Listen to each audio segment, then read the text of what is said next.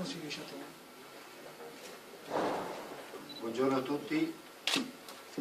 Quest'anno la squadra minore sarà composta da Riccardo Donato, Umberto Orsini, Giacomo Peroni, Francesco Rosa, Oliviero Troia e Federico Zurlo.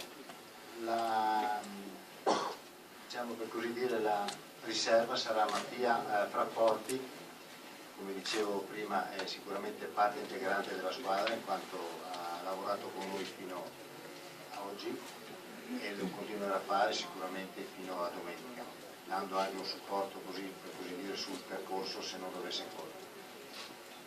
Per ciò che concerne questa squadra, quest'anno riteniamo di avere, almeno ritengo di avere una squadra che potrebbe dire la sua su un percorso di questo tipo, in quanto sono 126 km che dobbiamo fare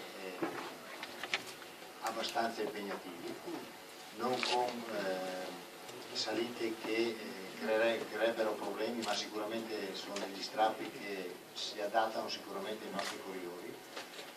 Sono dei ragazzi che hanno anche fatto l'attività su pista, in quanto qualcuno ha partecipato agli europei e addirittura l'ha vinto, nel caso di Donato, che è campione europeo dell'americana, a Madison, e pertanto abbiamo dei ragazzi che sicuramente sono affiattati, perché è un gruppo molto affiattato e di conseguenza io spero che se corrono con intelligenza, come sicuramente lo sapranno fare, potranno far valere il proprio valore.